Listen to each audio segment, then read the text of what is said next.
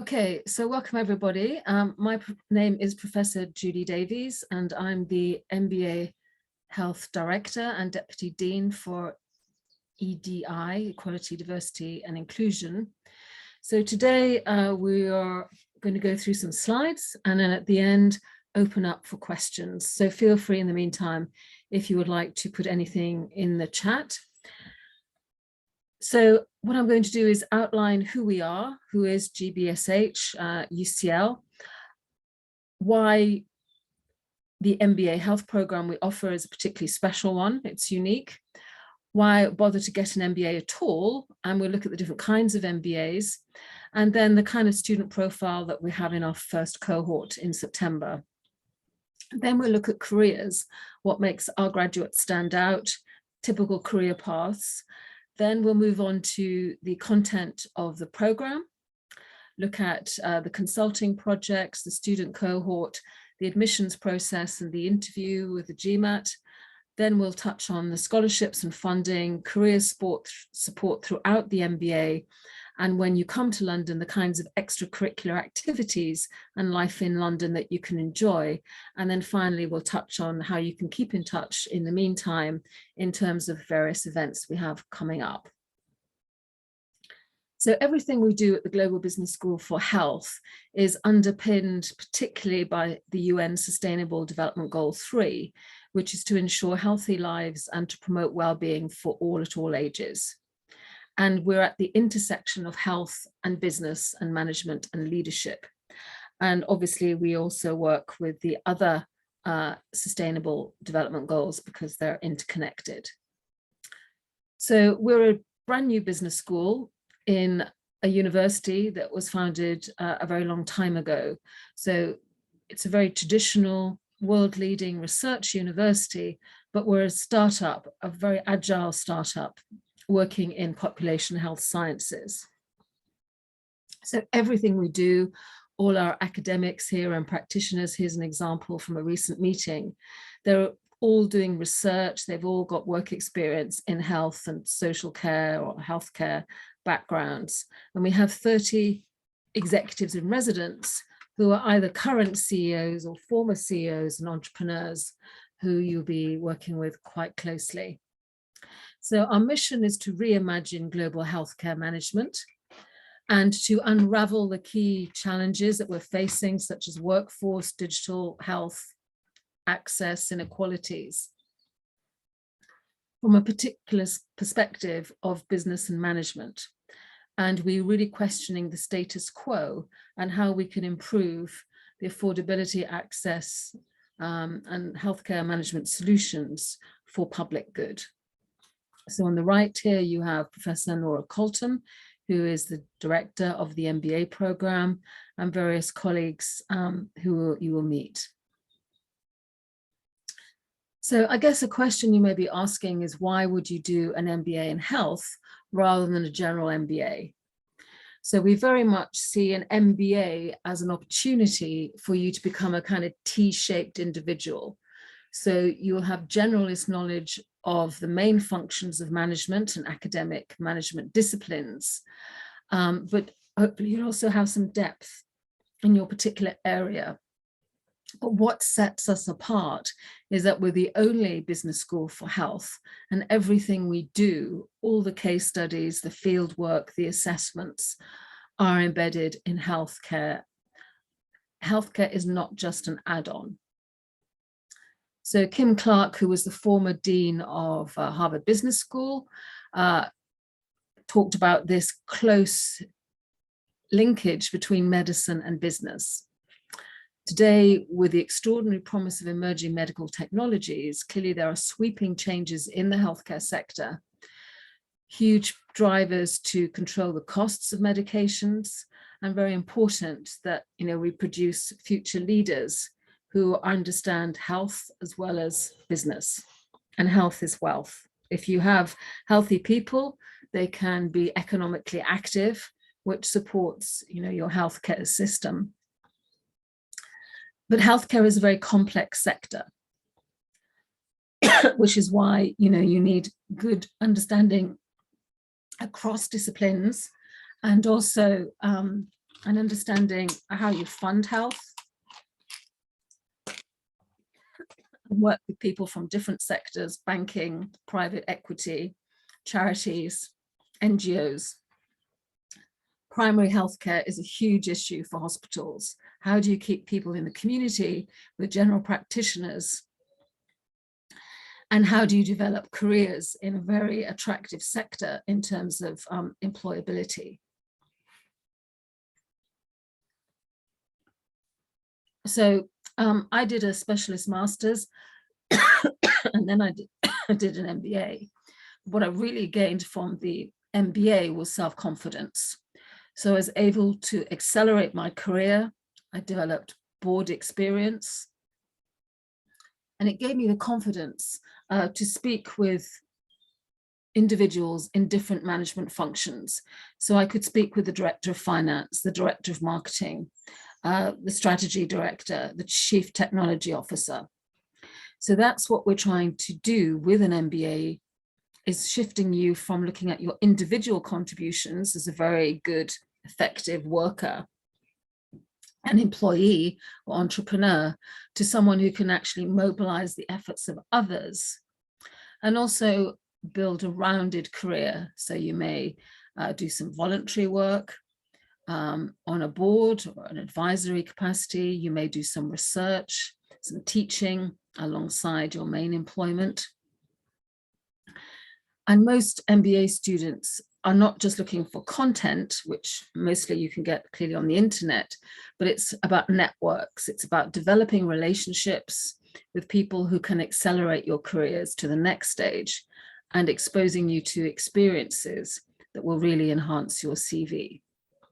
So some people may be joining us who aren't clinicians, but want careers in healthcare. We have quite a few medical doctors and dentists who are joining our cohort who have no experience in leadership or management in their curriculum or in their current roles. So they're looking to develop their leadership and management skills. So you can do an executive MBA, you can do online MBAs, but what you really gain from joining us for the part-time or full-time MBA Health in person is that right from the start, we focus on your career in the healthcare sector. So you get total immersion in healthcare management and leadership. So we develop not only your technical, analytical, for example, data analytical skills, but also your soft skills. So how do you motivate others? How do you negotiate deals? How do you build up your confidence in pitching and presenting? So we build up your credibility, your legitimacy. We're looking for people early, mid-career who want to develop their competencies.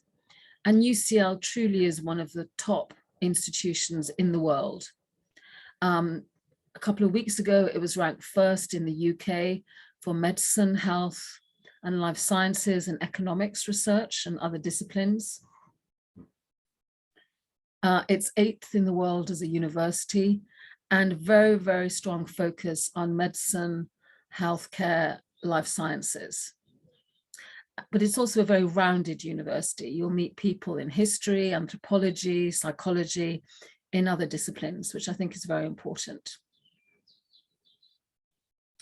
So we really, truly understand healthcare. It's not, as I said, just an add-on, and we are at the cutting edge of healthcare. So you'll see on, if you look at the BBC News, radio, you often get top speakers from UCL like Michael Marmot on health inequalities, Susan Mickey on behavioral science and health, really thought leaders in this sector. So our content is full of resources and opportunities for you to get to know key players and key thought leaders. So for example, we have David Probert, who is delivering the change management program with Wendy Purcell, who's at Harvard, and he heads 5 hospitals in London. He's the CEO of UCLH NHS Foundation Trust. So you'll get to know him well, and you can talk to him about potential volunteering opportunities or job opportunities. So this is a great advantage, our executive in residence program, people who can help you and mentor you. We have recruitment agencies supporting your job applications. Once you have become an alumna or alumnus of our program, we'll continue to network with you and hopefully keep in touch with you throughout your career. So typical students, they've had 5 to 10 years work experience or so. They have a good academic or clinical background. Most importantly, they're ambitious to give back. They want to make a difference in the healthcare sector and make an impact, whether that's in hospitals, in pharmaceutical industry, biotech, management consulting. They want to accelerate their careers, and they want this global network of contacts where they can, compare insights into different healthcare systems. So you will have Mark Britnell and other tutors who are management consultants who've worked in Deloitte, McKinsey, and other key consulting firms that will help you if you want to go into those careers. We also have people, as I said, from the NHS, Bupa, the World Health Organization, and other relevant sectors, big pharma, med tech, entrepreneurs. Some of these I've already interviewed on GBSH YouTube channel, so you can look at the kind of people that we talk to.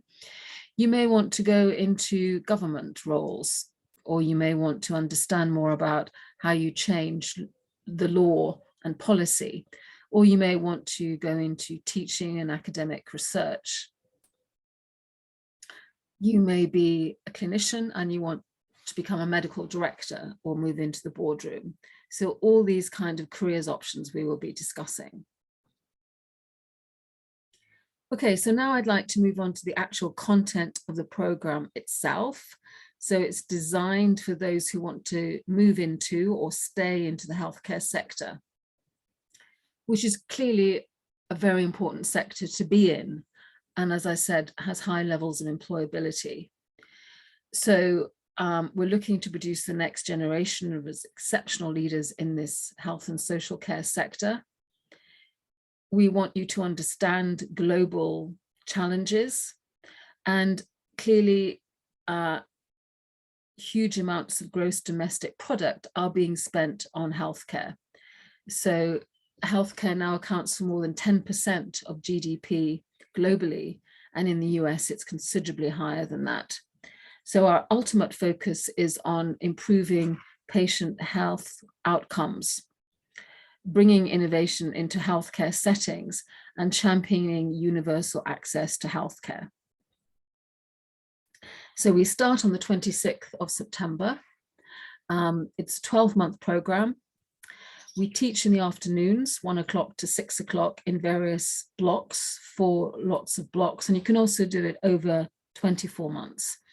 And we're based in an amazing brand new campus in UCL East, which is actually located in the Queen Elizabeth Olympic Park. And that is our tuition fee without any scholarships.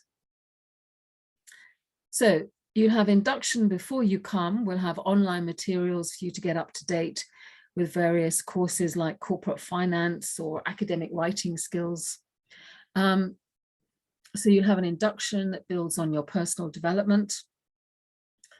We have a 3-day weekend residential school, the first weekend that you're in London, doing lots of assessments about personal and professional development, personality questionnaires to help you form your groups, as well as understanding yourself for your career development, your strengths and weaknesses.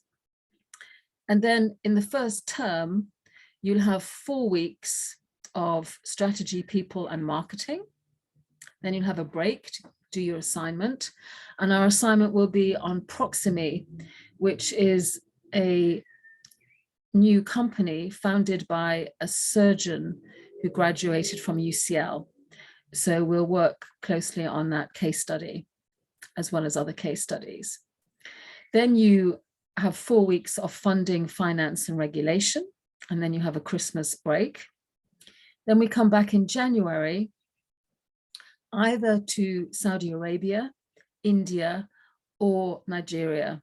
So we have 2 weeks, either in Riyadh, Delhi, or Lagos, and you'll be working in small groups on a global health consulting project there, which will last the whole year.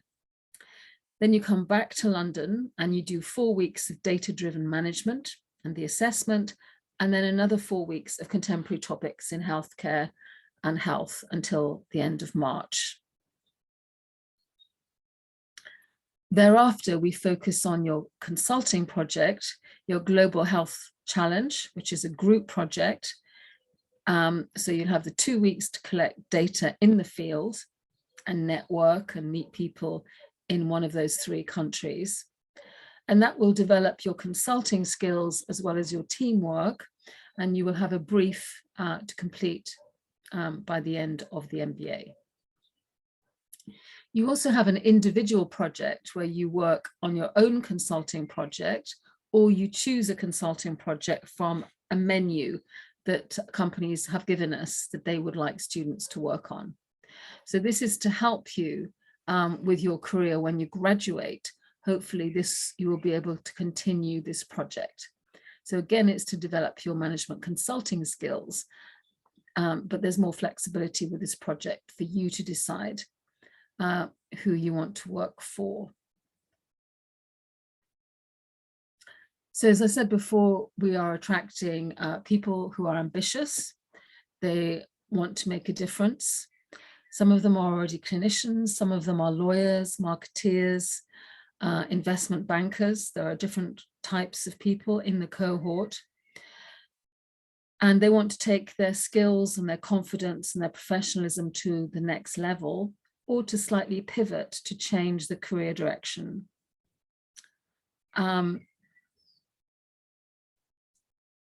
Okay, so what we require from you as an applicant, you need to attain a UK minimum equivalent of an upper second class 2-1 degree, or clearly an overseas qualification that matches that.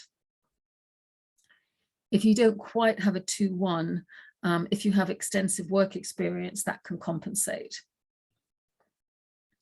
UCL has a language requirement which we can't give a waiver for.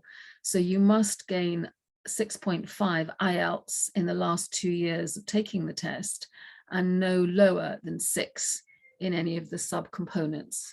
And you can do a language course at UCL and pass that test, which is very similar to the IELTS. And you can do obviously your IELTS online. You can take it as many times as you like to improve your score. Ideally, we're looking for 2 to 3 years work experience. So this may have been gained while you were at university in your holidays. That voluntary work also counts. And we require a GMAT score of around 600. But we can waiver that. So you can request a GMAT waiver.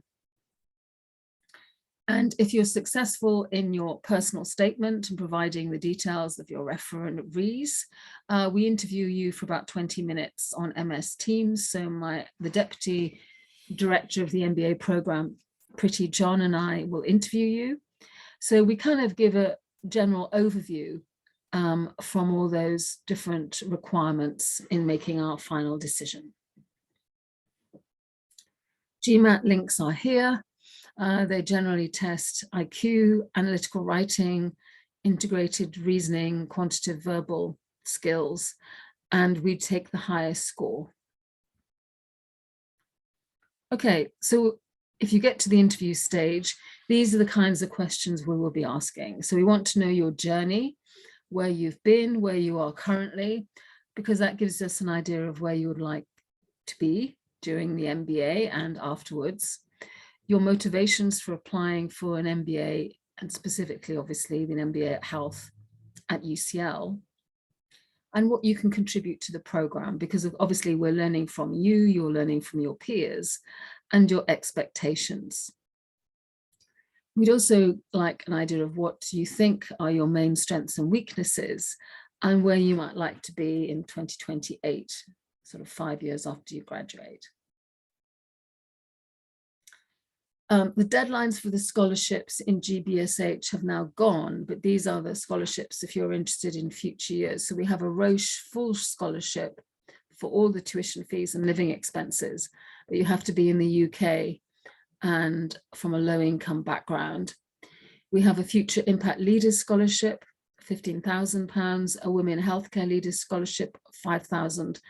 And because we're based in East London, we also have, for people who live or work in East London, an East London Healthcare Leaders Scholarship. But there are also UCL scholarships available. And clearly there may be scholarships in your own country and postgraduate student loans. Once you join us, as I said, we have these primer courses, for example, global health and the UN's SDGs, time management, so on. We have induction, we have this 3-day countryside residency, and lots of help within GBSH and within the UCL Career Service to help you, and the Innovation and Enterprise Service. We don't want you to work all the time. We want you to make friends and do healthy things and get to know other people. So we have a very good students' union at UCL. We have over 40,000 students a year at UCL. So there are plenty of clubs and societies. There's volunteering opportunities. If you're on a student visa, you can work 20 hours a week. You can do other things. We have a student support and wellbeing team, and there's plenty of advice in the students' union. So this is a picture of one of our buildings on the campus in Bloomsbury.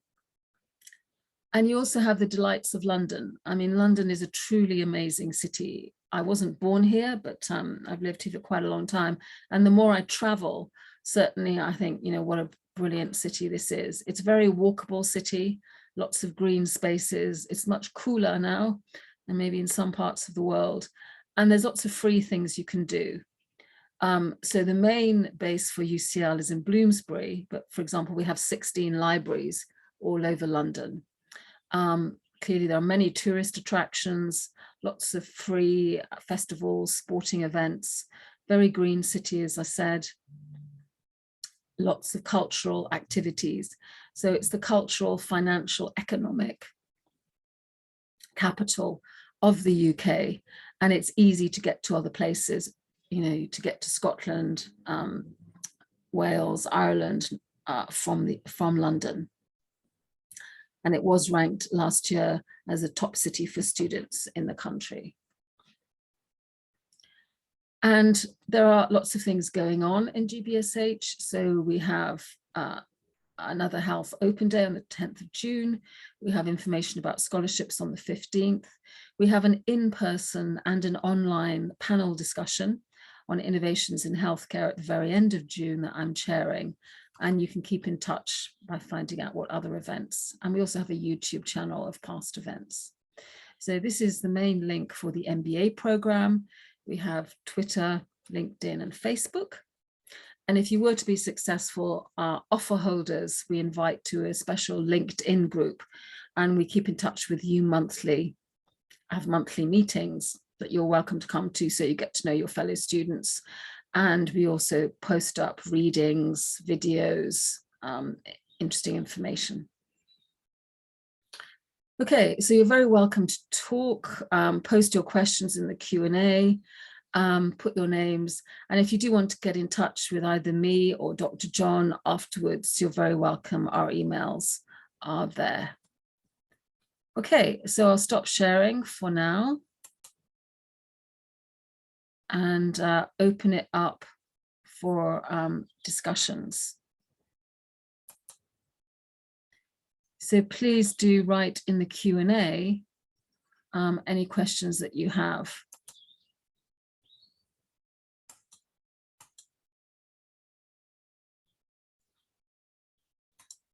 So I know it's a holiday this week in the UK, so there are perhaps fewer people than we've had in the past. So Evelina, Narmela, Sai, Shireen, please do please do put questions in the Q&A.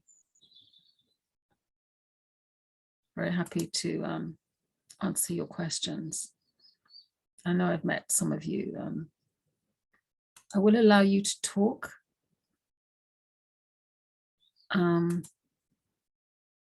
you can speak if you wish, hopefully. You should all be able to talk now.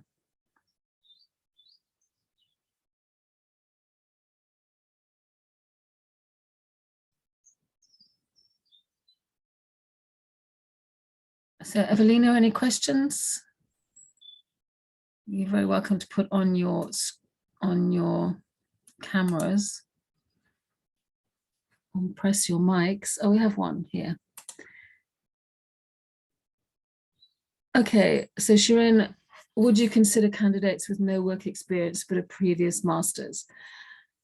An MRes. So if you have no work experience at all, you probably wouldn't meet our requirements at the moment. So there are MSCs for people who have just graduated, and you might like to look at those at GBSH. So really, we do need work experience. Henry Mintzberg wrote a book about managers, not MBAs, and he complained about US MBA programs having people who are like 21 who'd never worked. So we really do want work experience, if you have it in different ways.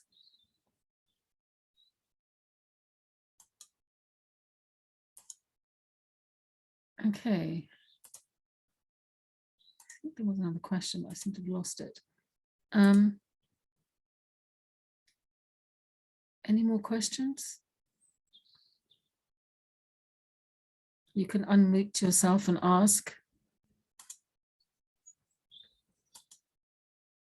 I think somebody had a, oh yes, in the chat, that's why I still wonder where I was. So what is the percentage of online and offline classes in the program?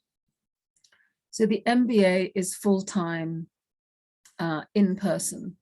So you have to be in London for the modules where we do the teaching.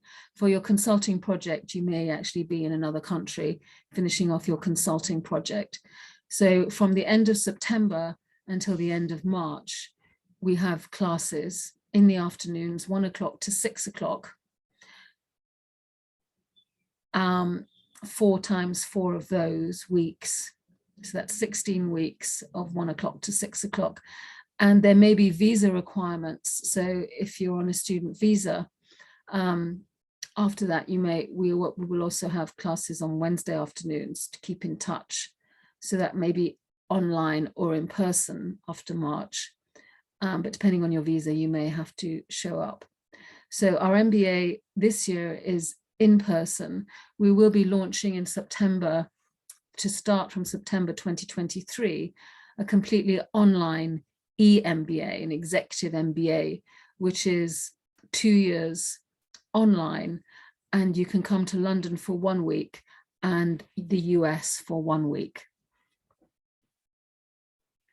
But the beauty of the MBA health program is that you do get to come to London and you have to come to classes in person.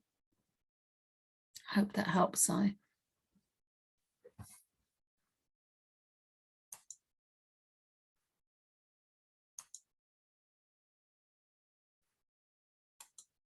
Okay, Narmela, do you have a question, Evelina?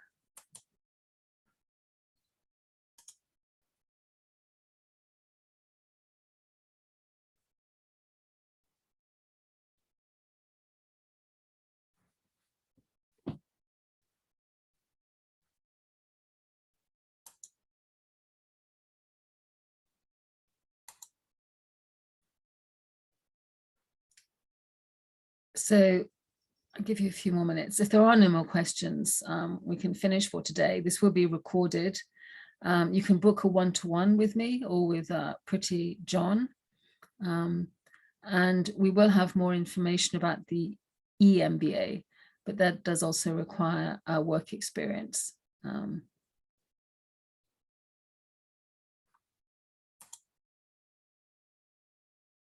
Yeah, Narmela. So yes, there is a recording of this presentation and also previous ones. And you can also come again. There is another session on the 10th of June.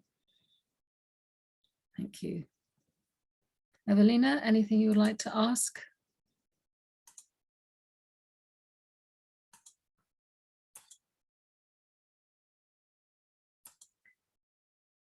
Okay, so, all right, thank you very much. So thank you for your time today. I hope that's helped you make some decisions. Our deadline is the 30th of June for this year. So if you are going to apply, do apply by the end of this month. And if you are interested in the EMBA, we'll be doing more sessions on the executive MBA, where you can stay in your country, continue to work, and then if you like, you can spend 1 year in the 1 week in the field with us in the US and in London in each of those years. Okay, well, thank you very much for your time today, and do keep in touch and come to our events, and let us know if you have any questions. Okay, thank you very much.